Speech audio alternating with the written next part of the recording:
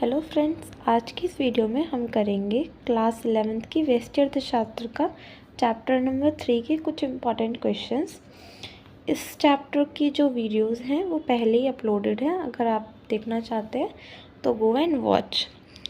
चलिए स्टार्ट करते हैं। देखिए, सबसे पहला जो क्वेश्चन है इसका वो है, एक वस्तु की मांग पर संबंधित वस्तु की कीमतों में परिवर्तन के प्रभाव समझाइए। ठीक है, कि अगर मान लीजिए कि एक वस्तु की जो मांग है, ठीक है, उस पर जो उसकी संबंधित वस्तुएं होती हैं, ठीक है, उनकी कीमतों में अगर कोई भी चेंज आ जाता है तो उससे क्या प्रभाव पड़ता है वो हमें समझाना है इस क्वेश्चन में। ठीक है, तो देखिए, एक कोई भी वस्तु होती है, ठीक है, उसकी जो मांग होती है उसको दो तरीके से हम समझते हैं। एक होता है मांग में परिवर्तन और दूसरा होता है मांगी गई मात्रा में परिवर्तन। तो जो मांग में परिवर्तन होता है वो होता है अन्य बातों की वजह से, और जो मांगी गई मात्रा में परिवर्तन होता है वो होता है कीमत की वजह से। ठीक है, अब यहाँ पे हमें क्या बोला गया है, संबंधित वस्तुएं। ठीक है, संबंधित वस्तुएं किसके अंदर आती है, मैंने आपको, अगर आपने चैप्टर वीडियो देखा है तो आपको पता होगा अन्य बातें क्या होती है। अन्य बातों में आते हैं हमारे संबंधित वस्तुएं भी आती है। तो ये क्या है, संबंधित वस्तुओं की वजह से, क्योंकि चेंज आ रहा है डिमांड में, तो इसीलिए इसमें क्या होगा, इसमें वस्तु की मांग में परिवर्तन होगा। या तो कमी होगी मांग में, या फिर मांग में क्या होगी, वृद्धि होगी। ठीक है, क्योंकि संबंधित वस्तुओं की बात कर रहे हैं हम यहाँ पर, और संबंधित वस्तुएं अन्य बातों में आती है। अन्य बातें हमारी 4-5 तरीके की होती है, जैसे कि हमारी अगर आय में कोई चेंज होता है उससे मांग पे क्या इफ़ेक्ट पड़ता है, अगर हमारा टेस्ट चेंज होता है उससे क्या इफ़ेक्ट पड़ता है, टाइम चेंज होता है, प्राइस ऑफ रिलेटेड गुड्स यानी कि संबंधित वस्तुओं की कीमतों में कोई चेंज होता है। ठीक है, और या फिर जनसंख्या में कोई परिवर्तन होता है, वो सब अन्य बातें होती हैं। और अगर कीमत में कोई परिवर्तन होता है तो मांगी गई मात्रा में परिवर्तन होता है। अब देखिए, संबंधित वस्तुएं भी दो तरीके की होती है, पहली प्रतिस्थापक वस्तुएं और दूसरी पूरक वस्तुएं। आपको दोनों को इसी तरीके से एक्सप्लेन करना है। मैंने यहाँ पे इनकी डेफिनेशंस नहीं लिखी हैं, जो वीडियो है इसकी फुल चैप्टर के, आपको उसमें डेफिनेशन मिल जाएंगे अगर आपको देखनी है तो। अब देखिए, प्रतिस्थापक वस्तुएं, जैसे मैंने आपको बताया था, सब्स्टिट्यूट, जिसको हम एक के बदले दूसरी को यूज़ कर सकते हैं। तो देखिए, अगर मान लीजिए प्राइस का जो प्राइस है कोक का, वो अगर क्या होगा, बढ़ जाएगा, तो जो डिमांड होगी कोक की वो क्या होगी, कम हो जाएगी। ठीक है, मगर जो प्राइस था पेप्सी का वो क्या था, वो कांस्टेंट था, उसमें कोई चेंज नहीं हुआ, वो स्थिर था। लेकिन जो डिमांड है कोक की वो क्या हुई, बढ़ गई। ऐसा देखिए क्यों हुआ, क्योंकि जो लोग पहले कोक खरीद रहे थे, ठीक है, अब कोक का प्राइस क्या हुआ है, महंगा हो गया, तो इस वजह से कोक की डिमांड क्या हो गई, मार्केट में कम हो गई। लेकिन जो लोग पहले कोक खरीद रहे थे वो अब किसको यूज़ करना चालू करेंगे, पेप्सी को यूज़ करना चालू करेंगे। क्यों, क्योंकि कोक का जो प्राइस था वो क्या हो गया है, बढ़ गया है। तो इसी वजह से भले ही पेप्सी के प्राइस में कोई चेंज नहीं हुआ था, मगर फिर भी जो पेप्सी की डिमांड थी वो क्या हो गई, बढ़ गई। तो इसी को बोलते हैं प्रतिस्थापक वस्तुएं, जो एक के बदले दूसरे का यूज़ कर सकता है। और इसका इफ़ेक्ट क्या पड़ेगा कि अगर एक का प्राइस बढ़ेगा तो दूसरे की डिमांड बढ़ेगी, और वहीं पे अगर एक का प्राइस घटेगा तो दूसरे की डिमांड भी क्या होगी, घटेगी। और दोनों के बीच में कैसा रिलेशन है, पॉजिटिव रिलेशन है। ठीक है, यानी कि धनात्मक संबंध है। अब देखिए, दूसरी वस्तु, ये तो हमने पहली वस्तु पर समझा कि क्या प्रभाव पड़ेगा। अब अगर दूसरी वस्तु पे कोई प्रभाव देखते हैं, जो कि पूरक वस्तु है। पूरक वस्तुएं कौन सी होती है, जिनका यूज़ एक के बिना दूसरे का नहीं किया जा सकता। जैसे कि देखिए, अगर ब्रेड का प्राइस बढ़ जाता है तो क्या होगा, ब्रेड की डिमांड घट जाएगी। ठीक है, मगर जो बटर है, बटर अब क्या होगा, बटर का यूज़ करते हैं लोग ब्रेड पे। ठीक है, लेकिन बटर का प्राइस क्या था, कांस्टेंट था, उसमें कोई चेंज नहीं हुआ है। लेकिन इसकी जो डिमांड है वो भी क्या हुई, घट गई। क्यों घटी, क्योंकि अब लोग ब्रेड कम खरीदेंगे, क्योंकि ब्रेड का प्राइस क्या हुआ, महंगा हुआ, तो इसी वजह से लोग क्या खरीदना कम कर देंगे, बटर भी खरीदना कम कर देंगे। और सेम इसका उल्टा भी हो सकता है कि मान लीजिए अगर प्राइस ऑफ ब्रेड डिक्रीज़ हो गया, कम हो गया, तो इस वजह से क्या होगा, डिमांड उसकी इंक्रीज़ हो जाएगी और प्राइस ऑफ बटर क्या होगा, वो कांस्टेंट रहेगा, मगर डिमांड उसकी क्या हो जाएगी, इंक्रीज़ हो जाएगी। ठीक है, अब देखिए इसमें अगर हम देखेंगे तो जो ब्रेड का प्राइस था, ठीक है, और साथ में जो हमारी डिमांड थी बटर की, इन दोनों के बीच में कैसा रिलेशन देखने को मिल रहा है हमें, नेगेटिव, कि अगर एक बढ़ रहा है तो दूसरा घटेगा और अगर एक घटेगा तो दूसरा बढ़ेगा। ठीक है, तो आपका फर्स्ट क्वेश्चन कंप्लीट होता है। नेक्स्ट क्वेश्चन अब हम देखते हैं कि नेक्स्ट क्या है, और ये पेपर के पर्पज़ से इम्पॉर्टेंट क्वेश्चन आपको करवाए जा रहे हैं, तो प्लीज़ इन्हें अच्छे से समझ लीजिएगा आप। देखिए इसका ग्राफ भी देख लेते हैं एक बार।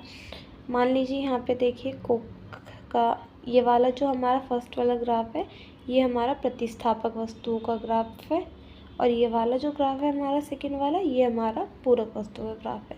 यहाँ पे मैंने वही कोक और पेप्सी वाला एग्जांपल लेके दिखाया है कि अगर प्राइस पहले P1 था, अब P2 होकर के बढ़ गया। अब अगर हम P1 पे क्वांटिटी देखें तो हम Q1 क्वांटिटी खरीद पा रहे थे, देखिए क्वांटिटी कितनी ज़्यादा है, देख पा रहे हैं अब क्या हुआ, जब प्राइस बढ़ गया, प्राइस बढ़ा है तो यहाँ से आप देख सकते हैं कि क्वांटिटी घट के कहाँ पे आ गई है, Q2 पे घट करके आ गई है। ठीक है, तो ये क्या था, ये था कोक का। अब इसकी वजह से पेप्सी पे क्या इफ़ेक्ट पड़ा ये देखते हैं। देखिए पेप्सी का जो प्राइस है वो हर जगह सेम है। ये जो पहला वाला कर्व दिख रहा है आपको, ये था इसका पहले जो पेप्सी की डिमांड हो रही थी। ये जो दूसरे वाला कर्व दिख रहा है, ये किस वजह से दिख रहा है आपको, जो प्राइस में चेंज हुआ है कोक की, उसकी वजह से ये दूसरा कर्व बना है। कैसे देखिए, अगर आप हर पॉइंट पे देखेंगे तो प्राइस जो है वो सेम है। यहाँ पे भी प्राइस सेम था जो पहला वाला कर्व है, और जो दूसरा वाला कर्व बनाया है आपने उस पर भी प्राइस सेम है, मगर क्वांटिटी दोनों जगह अलग अलग हो गई है। ऐसा क्यों हुआ, क्योंकि मैंने आपको पहले ही बताया कि चेंज किस में हुआ है, पेप्सी के प्राइस में चेंज नहीं हुआ है, चेंज हुआ है कोक के प्राइस में, और कोक के प्राइस में चेंज होने की वजह से पेप्सी की जो डिमांड थी वो बढ़ गई है। ठीक है, प्राइस देखिए दोनों जगह सेम है। ठीक है, प्राइस में कोई चेंज नहीं हुआ है, चेंज किस में हुआ है, इसकी क्वांटिटी में। पहले क्वांटिटी कम थी, अब क्वांटिटी क्या हुई, इसकी बढ़ गई। ठीक है, नेक्स्ट देखते हैं हम अपना पूरक वस्तु का ग्राफ। पूरक वस्तु के ग्राफ में अगर आप देखेंगे तो जो ब्रेड का प्राइस है वो P1 से बढ़कर P2 पे पहुंच गया, जिसकी वजह से क्वांटिटी कम हो गई है, Q1 से Q2 पहुंच गई है। अब जो बटर का प्राइस था वो क्या है, सेम है, P1 पे ही प्राइस है अभी भी, लेकिन जो क्वांटिटी है वो इसकी बढ़ गई है। क्यों बढ़ी है, सॉरी, क्वांटिटी जो है इसकी घट गई है। ठीक है, यहाँ पे देखिए पहले D1 पे था, अब जो ग्राफ है इसमें देखेंगे अगर आप, डिमांड वो घट गई है, वो लेफ्ट वर्ड शिफ्ट हो गई है, लेफ्ट तरफ शिफ्ट हो गई है, और क्वांटिटी घट के Q1 से Q2 पर पहुँच गई है हमारी। और अगर आपको अभी भी नहीं समझ आ रहा है तो आप प्लीज़ जाके चैप्टर की वीडियोस देख सकते हैं, आपको अच्छे से क्लियर होने लगेगा। नेक्स्ट देखिए थर्ड क्वेश्चन हमारा क्या है,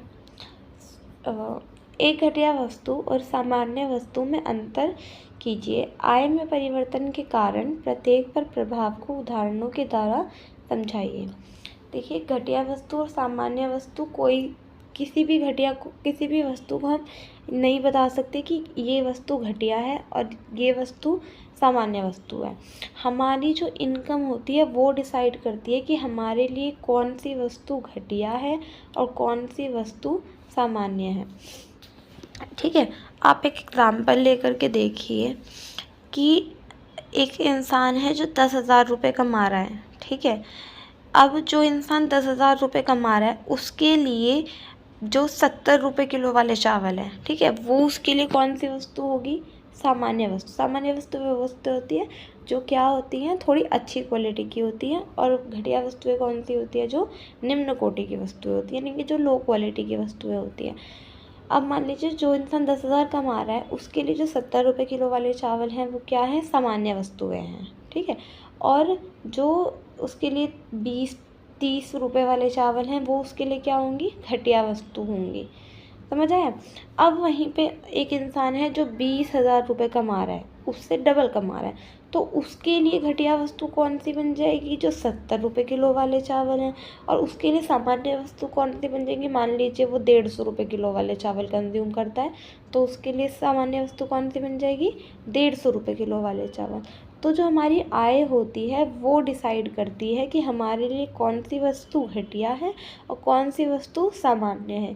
हम ऐसे डिसाइड नहीं करते कि ये वस्तु घटिया है और ये वस्तु सामान्य है। हमारी आय निर्धारित करती है कि हमारे लिए कौन सी वस्तु सामान्य और कौन सी घटिया है। सबके लिए घटिया और सामान्य वस्तुएं अलग अलग होती हैं आय के अकॉर्डिंग। अब देखिए घटिया वस्तुएं क्या होती है, क्योंकि दोनों में हमें क्या बताना है, अंतर बताना है, ठीक है। देखिए अगर घटिया वस्तु को देखा जाए तो ये वे वस्तुएं होती है जिनकी मांग जो होती है वो आय बढ़ने से घट जाती है। आय बढ़ने से कैसे घट जाएगी, क्योंकि मान लीजिए हमारी आय जैसे जैसे बढ़ेगी, ठीक है, वैसे वैसे हम क्या करेंगे, हम अच्छी वस्तुएं खरीदना पसंद करेंगे। तो हम जो पहले निम्न कोटि की वस्तुएं खरीद रहे थे उनकी मांग कम कर देंगे। तो जैसे जैसे हमारी आय बढ़ेगी इनकी मांग बढ़ेगी, और जैसे जैसे हमारी आय घटेगी हम इनकी ओर अग्रसर होते जाएंगे। इन्हें निम्न कोटि की भी वस्तुएं कहा जाता है। और इनकी जो मांग होती है और आय होती है इनके बीच ऋणात्मक संबंध होता है। देखिए अगर आय बढ़ रही है तो मांग घट रही है, और अगर हमारी आय घटेगी तो इन वस्तुओं की मांग बढ़ जाएगी, ठीक है। सामान्य वस्तुएं देखिए क्या होता है, ये वे वस्तुएं होती हैं जिनकी मांग आय बढ़ने पर बढ़ती है और आय घटने पर घट जाती है। अब देखिए सामान्य वस्तुएं कौन सी होती हैं, ये वो वस्तुएं होती है कि अगर हमारी आय बढ़ेगी तो हम क्या करेंगे, हम अच्छी वस्तुएं ज़्यादा खरीदेंगे। तो आय बढ़ने पर ये बढ़ेंगी और आय घटने पर इनकी मांग घटेंगी, तो इसको बोलते हैं हम सामान्य वस्तुएं। इसके साथ हमने इसका रिलेशन भी समझ लिया, आय के बीच और इन दोनों वस्तुओं के बीच क्या संबंध होता है, ठीक है। और ये जो दोनों वस्तुएं घटिया वस्तु और सामान्य वस्तु, ये हमने आय के आधार पर देखी थी, 2 तरीके की वस्तुएं मानी जाती हैं। नेक्स्ट क्वेश्चन देखते हैं हम अपना, एक वस्तु की मांग वक्र में बाईं ओर खिसकाव के कारण को समझाओ। कि वस्तु में जो खिसकाव होता है, किसी वस्तु का जो मांग वक्र होता है, मांग का जो कर्व होता है, उसमें बाईं ओर खिसकाव क्यों होता है, ठीक है, हमें ये बताना है हमें। देखिए किसी भी वस्तु का जो मांग वक्र होता है उस पर खिसकाव कब होता है, जब जो अन्य बातें होती हैं, अदर थिंग्स जो मैंने आपको पढ़ाई थी उनमें चेंज आता है तो खिसकाव होता है।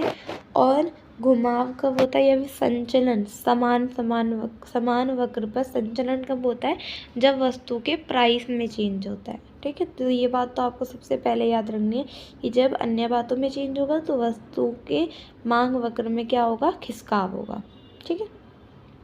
पढ़ते हैं इसको, किसी भी वस्तु के मांग वक्र में खिसकाव अन्य बातों की वजह से होता है। सॉरी यहाँ पे थोड़ी मिसप्रिंटिंग है, अन्य बातों की वजह से क्या होगा, खिसकाव होता है। अन्य बातें देखिए क्या क्या होती है, जैसे कि हमारी आय हो गया, जिसको एम या आय से डिनोट करते हैं। पीएल पॉपुलेशन हो गया, जनसंख्या में कोई चेंज हो रहा है। हमारे टेस्ट में कोई चेंज हो रहा है, टाइम में कोई चेंज हो रहा है, या फिर प्राइस ऑफ रिलेटेड गुड, जो कि अभी हमने पीछे क्वेश्चन में देखा, संबंधित वस्तु की कीमतें, उनमें कोई चेंज हो रहा है, तो ठीक है। अब देखिए मांग वक्र में बाईं ओर खिसकाव अन्य बातों में प्रतिकूल प्रभाव से होता है।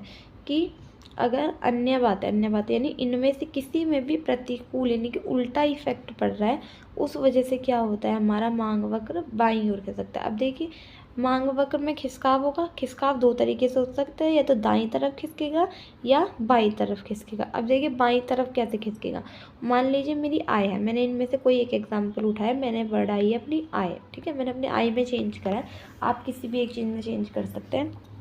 मान लीजिए मेरी आय कम हो गई, जिसकी वजह से मेरी क्या होगी, डिमांड भी धीरे धीरे कम हो जाएगी, ठीक है।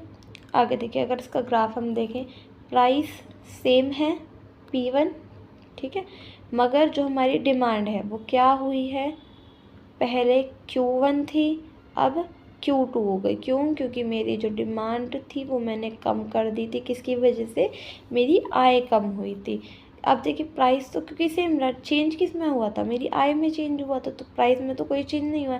तो इसी वजह से क्या हुआ, जब पहले मेरा डिमांड कर्व यहाँ बन रहा था वो खिसक करके इस तरफ आ गया है, कम हो गया है। बाईं तरफ अगर खिसकता है तो आप देख पा रहे हैं क्वांटिटी, पहले Q1, पहले मैं इतनी क्वांटिटी डिमांड कर रही थी, अब सिर्फ इतनी ही क्वांटिटी डिमांड कर पा रही हूँ, ठीक है। तो इसीलिए कहा गया है कि जो जब आय कम होगी तो डिमांड क्या हो जाएगी, कम हो जाएगी, और जो मांग वक्र है वो उसमें क्या होगा, खिसकाव होगा। देखिए अगर हम देखें तो इसमें ये लेफ्ट राइट साइड पे था ये पहले, अभी किस तरफ खिसक गया है, लेफ्ट साइड पर खिसक गया है मांग वक्र।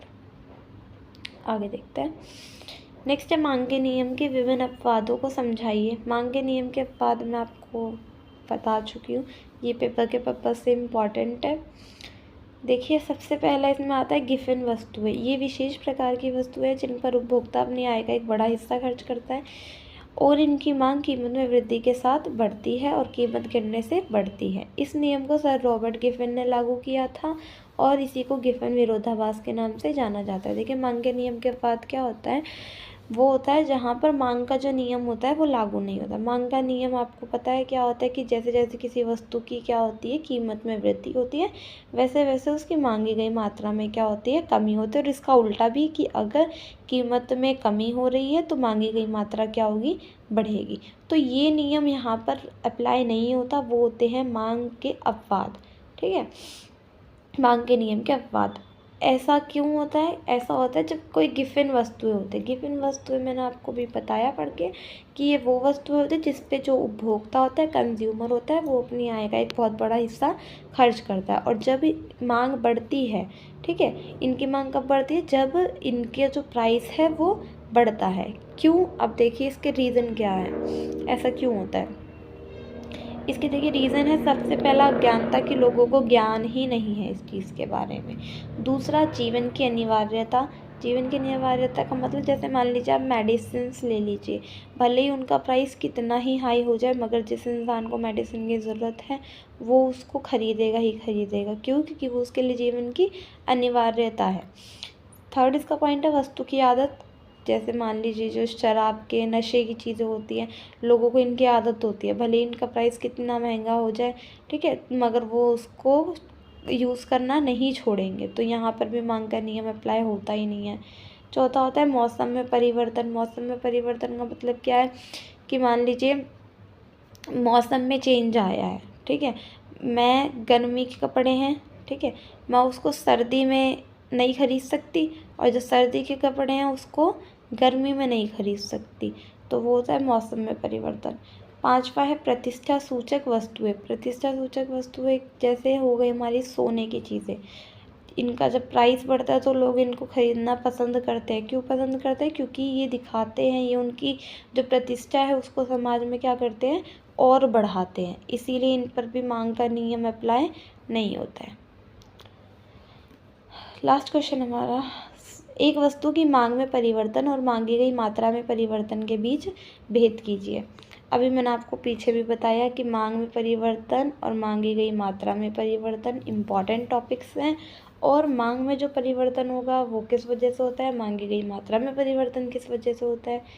एक बार और समझते हैं, मांग में परिवर्तन को देखते हैं। सबसे पहले मांग में परिवर्तन प्राइस को छोड़कर अन्य बातों की वजह से होता है। प्राइस में कोई छेड़छाड़ नहीं करनी है, ना बढ़ रहा है ना घट रहा है, प्राइस सेम है वस्तु का, सिर्फ चेंज किस में हो रहा है, अन्य बातों में चेंज हो रहा है। अन्य बातें जैसे कि मैंने आपको पहले ही बता दी, आय में, जनसंख्या में, रुचि में, समय में, या फिर संबंधित वस्तु की कीमतों में चेंज हो रहा है। अब इसकी वजह से दो चेंज होंगे, क्या, या तो मांग में वृद्धि या फिर मांग में कमी होगी हमारी। और इसकी वजह से अगर हम ग्राफ पे पूछे कि ग्राफ पे क्या इफेक्ट पड़ेगा, तो मांग वक्र में क्या आएगा, इसकी वजह से खिसकाव आएगा। मांग वक्र शिफ्ट होगा, या तो राइट साइड शिफ्ट होगा या फिर लेफ्ट साइड शिफ्ट होगा।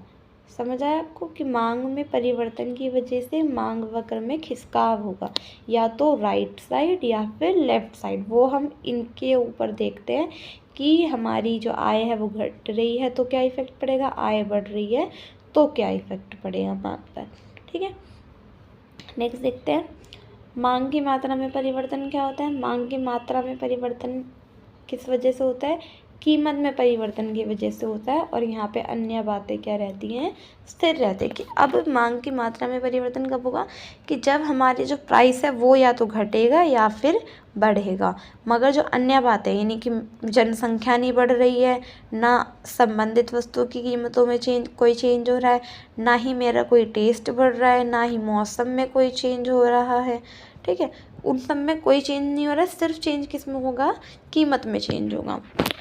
कीमत में परिवर्तन की वजह से मांग की मात्रा में दो परिवर्तन होंगे, या तो संकुचन होगा मांग में, या विस्तार होगा।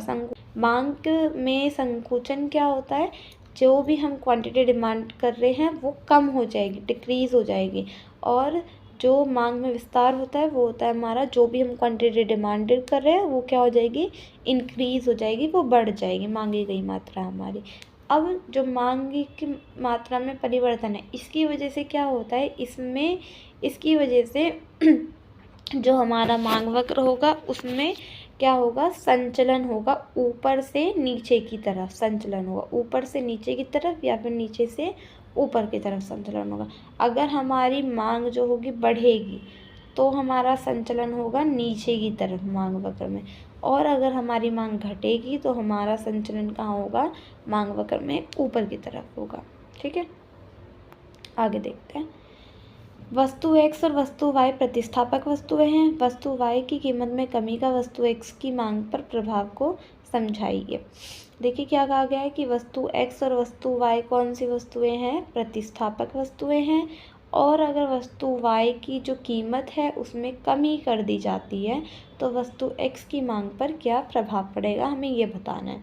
तो देखिए क्योंकि प्रतिस्थापक वस्तुएं हैं तो इन दोनों के बीच में कैसा रिलेशन होगा, धनात्मक पॉजिटिव रिलेशन होगा। कि अगर एक का प्राइस बढ़ेगा तो उस वजह से दूसरे की जो डिमांड होगी वो क्या हो जाएगी, बढ़ जाएगी। ठीक है, अब देखिए यदि वस्तु Y की कीमत में क्या हो रही है, कमी हो जाती है, तो क्या होगा कि लोग उसकी मांग बढ़ा देंगे, है ना।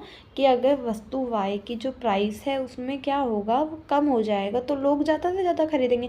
पहले मान लीजिए मैं एक पेन 5-10 रुपये का एक खरीद पा रही थी, अब कंपनी वाले उसका प्राइस घटा करके 5 रुपये कर देता है, तो मैं 10 रुपये में ही 2 पेन खरीद पाऊँगी। तो एक ऑटोमेटिकली क्या हुआ, मेरी जो क्वांटिटी थी वो क्या हो गई, बढ़ गई, है ना। अब क्योंकि Y का जो प्राइस था वो क्या हुआ है, वो घट गया है ना। तो और वस्तु Y और वस्तु X क्या है, आपस में प्रतिस्थापक वस्तुएं हैं। तो इस कारण लोग क्या करेंगे, वस्तु X को छोड़कर वस्तु Y की मांग करेंगे, है ना। मान लीजिए अब मैंने आपको बताया, एक पेन का एग्जांपल दिया। अब मैं जो पेन खरीद रही थी वो पर्टिकुलर कंपनी का था एक, ठीक है। और अब जो दूसरी कंपनी के पेन हैं, है ना, वो अभी भी मान लीजिए 10 रुपये पर ही अपना पेन बेच रहे हैं। तो ग्राहक क्या करेंगे, वो जो वस्तु Y यानी कि जिसका प्राइस कम हुआ था वो उसको ज़्यादा खरीदना चाहेंगे। अब क्यों, क्योंकि उनको अब उधर क्वांटिटी क्या मिलेगी, ज़्यादा मिलेगी। तो इसी वजह से क्या होगा कि वो वस्तु X को छोड़ेंगे और वस्तु Y की मांग अधिक करेंगे, क्योंकि वह उन्हें वस्तु X की तुलना में कम कीमत पर मिल जाएगी। वस्तु X के लिए उन्हें 10 रुपये पे करने पड़ रहे हैं एक के लिए, और वहीं पे 10 रुपये में वो वस्तु Y की कितनी मात्रा खरीद पाएंगे, 2 मात्रा खरीद पाएंगे। तो इस वजह से क्या होगा कि अगर प्राइस ऑफ Y घटेगा तो उसकी डिमांड बढ़ेगी, लेकिन प्राइस ऑफ X क्योंकि कांस्टेंट है फिर भी उसकी डिमांड क्या होगी, कम हो जाएगी। क्योंकि अब इसकी जो डिमांड लोग कर रहे थे वो अब किसकी डिमांड करेंगे, वो Y की डिमांड करेंगे, क्योंकि Y का प्राइस क्या हुआ है, कम हो गया। ठीक है, तो यही था हमारा प्रतिस्थापक वस्तु का क्या इफेक्ट पड़ता है एक दूसरे पर। और इसी के साथ हमारे जो इम्पॉर्टेंट क्वेश्चन है इसके वो ख़त्म होते हैं। और अगर आपके लिए वीडियो हेल्पफुल रहा तो प्लीज़ लाइक करना और हमारे चैनल को सब्सक्राइब करना। Thanks for watching.